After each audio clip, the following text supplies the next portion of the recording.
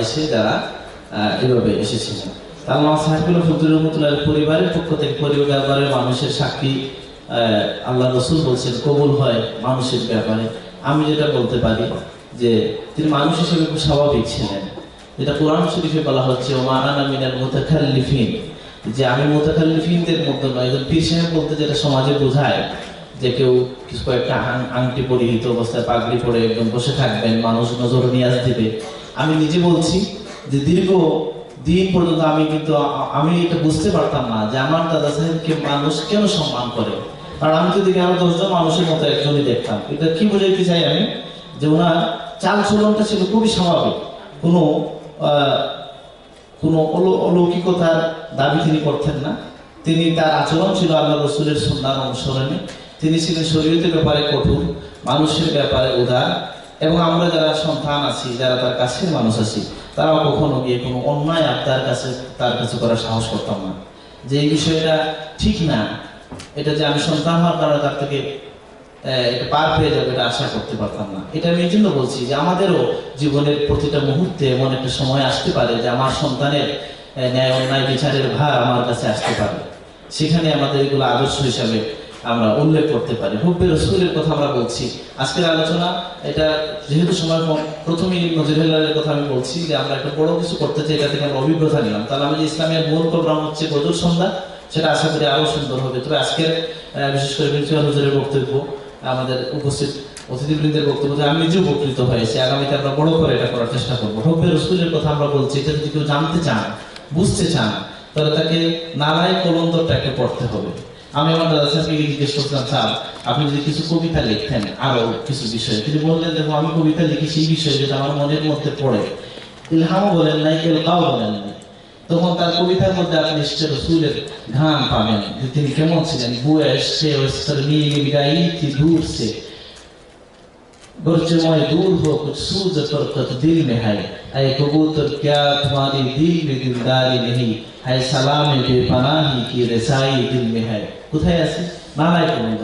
আল্লাহর কাছে নিজেকে সমর্পণ কিভাবে করতে হয় সেটা कुछ नहीं करता तेरा मन बहाने के लिए रख दिया गर्दन सरकार खुश हो तेरे लिए। এইভাবে তার কবিতাগুলো, তার সাহিত্যের মান যদি আমরা বুঝতে চাই, তিনি আরবি কতটুকু জানতেন। আমার দাদা অনেক বিষয় মোকাবিলা করতে হয়েছে। আমি ঘরোয়া পরিসরে বলছি কারণ আমি জানি যে সবাই খুব ঘনিষ্ঠ আমাদের, যে তিনি অনেক বিষয় মোকাবিলা করতে হয়েছে। প্রথমে তিনি যখন রামপুর থেকে আসছেন সিলেটের, তিনি নিজের জওয়ানে বলছেন, আমি শুনছি মাইকের মধ্যে বলা হয়তো হক্কানি আলিম চিনবেন যারা জওয়াত পড়েন, এমনকি এই জন্য তাকে রক্ত দিতে হয়েছে। তিনি সবাইকে ক্ষমাও করে দিয়েছেন। সবার সাথে আবার দিনের স্বার্থে একত্রিত হয়ে তিনি এই তাসলিমা বিরোধী আন্দোলন সহ বিভিন্ন ইসলামের ইস্যুতে তিনি সুচ্ছার কণ্ঠে আন্দোলন করেছেন। আমি যেটা বলতে চাই, আল্লাহর ওলিদের বৈশিষ্ট্য যেগুলো কিতাবপত্রে আমরা পাই, আমাদের প্রিয় মুর্শিদ হযরত আল্লামা সাহেবুল্লাহ ফজলুর মধ্যে আমরা সেটা বহুলাংশে লক্ষ্য করেছি। বিশেষ করে সাফুল্লাহ আরবি বা ভাষা অথবা ইলমের বিষয় যদি কেউ বুঝতে চায়, তার জন্য উচিত হচ্ছে খুতবাতুল ইয়াকুবি একটু হাতে নিয়ে দেখা। তিনি যদি বুঝতে চান তার সিরতের জ্ঞান, হুব্বে রসুলের তার মাকামটা কেমন ছিল, তাকে পড়তে হবে মুনতাখাবুস সিয়র। মুনতাখাবুস সিয়রটা কেমন?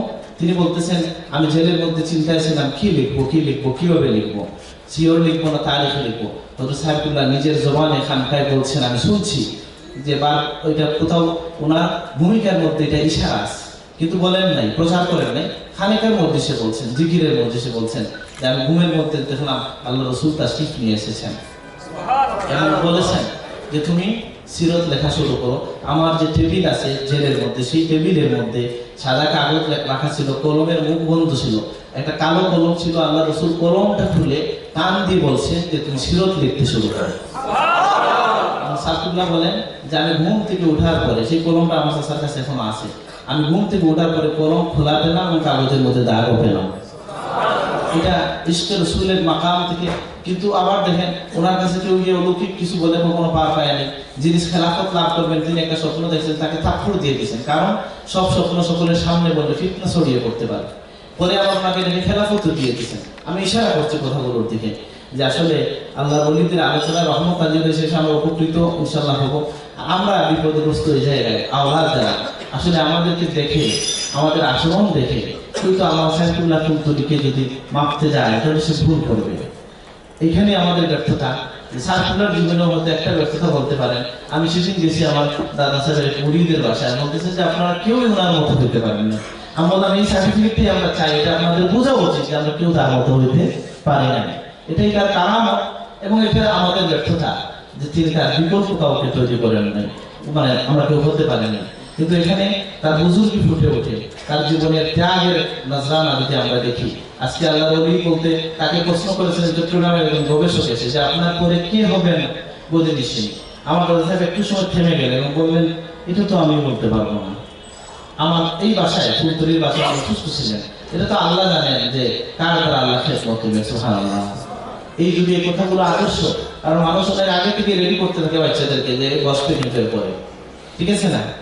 আমি এই জন্য বলছি, আমার মুফতি চাচা বলছিলেন যে কোনো ডাক্তার মারা গেলে তার ছেলেকে তো কেউ ডাক্তার বলে না, ইঞ্জিনিয়ার মারা গেলে ইঞ্জিনিয়ার ছেলেকে তো ইঞ্জিনিয়ার বলে না। তাহলে তোমরা আমরা পীর সাহেবের ছেলে, আমাদেরকে পীর কেন মনে করতেছো? অর্থাৎ অবশ্যই আমরা শ্রদ্ধা করবো আল্লাহর ওলিদের আওলাদদের, কিন্তু আমরা যারা এই পরিচয় বহন করি তারা কিছুটা বিপদের মধ্যেও থাকি। আমার দাদা সাহেবের বিষয়ে সংক্ষিপ্ত স্মৃতিচারণের কথা যদি আমরা বলি, যে তার শুধু কেরাতের খেদমতে তার জীবনের শেষ সময় পর্যন্ত যখন গোসল দিতে যাওয়া হয়েছে তখন দেখা গেছে তার আঙ্গুলের মধ্যে একটা দাগ। সেই দাগটা কি ছিল? যে দারুল কেরাতের ছাত্রদের খাবার রান্নার সময় একটা সময় গিয়ে দেখা গেল যে বাবুর্চি আর কুলায় উঠতে পারতেছে না, তিনি নিজে গিয়ে সে রান্নার কাজে লাগলেন, তার হাতটা জ্বলে গিয়েছিল, সেই জ্বলা হাত নিয়ে তিনি আল্লাহর দরবারে পৌঁছে গেছেন। তো সুতরাং তার এই ত্যাগের কথাগুলো আমরা এই জন্য বলবো যে আজকে যখন আমাদের বিভিন্ন জায়গায় আমার ছোট ছোট ভাইয়েরা, আমার সাথী বন্ধুরা কেরাতের খেদমত নিয়ে যায়, শিলোর এলাকায় গিয়ে একজন বলছে যে 30 দিনে সে ইফতার করে করেছে, কি সাহারি খেয়েছে হোটেলে। কারণ এলাকার মানুষের তো নদশার মধ্যে ছিল যে তারা খাবার জুটাইতে পারেনি। এই আদর্শ আমাদের সামনে তিনি আমাদের কাছে রেখে গিয়েছেন শুদ্ধ সহিহ কোরআন, যেটার ব্যাপারে কোনো ইখতিলাফ নেই। তিনি রেখে গিয়েছেন হাদিসের খেদমত, তিনি রেখে গিয়েছেন তালামিজ ইসলামিয়া। তালামিজ ইসলামিয়া এই যুগের হাজার হাজার লাখ ছাত্রকে রক্ষার একটা মহান কৃষ্টি আমি বলতে পারি। আজকে যদি তালামিজ ইসলামিয়া না হতো তাহলে এই তরুণদের, যুবকদের, শাবুন নাশা ফি ইবাদাতিল্লাহ, যারা 7 জন মানুষ যারা আরশের নিচে জায়গা পাবে, সেই সমস্ত ছেলেদের মধ্যে, সেই সমস্ত যুবকদের মধ্যে আমি আশা করি তালামিজ ইসলামের কর্মীরা শামিল হবে ইনশাআল্লাহ। কারণ যে সময়ে অন্য মানুষ তার টুর্নামেন্ট নিয়ে বা উন্নত বিনোদন নিয়ে সে ব্যস্ত থাকে, সেই জায়গায় এরা আল্লাহর দ্বীনকে প্রচারের জন্য, প্রতিষ্ঠার জন্য তিনি নিজে বলেছেন তার চেষ্টা চালিয়ে যায়। আমার দাদা সাহেবকে দীর্ঘ একটা ঝামেলার সময়ে ওনাকে ঘুম থেকে উঠানো হলো, তারা নিজের জন্য সবসময় দোয়া খোলা ছিল না। ওনার কাছে যাওয়া হলো কখন? উনি ঘুমিয়ে যাবেন, বিছানায় ছিলেন।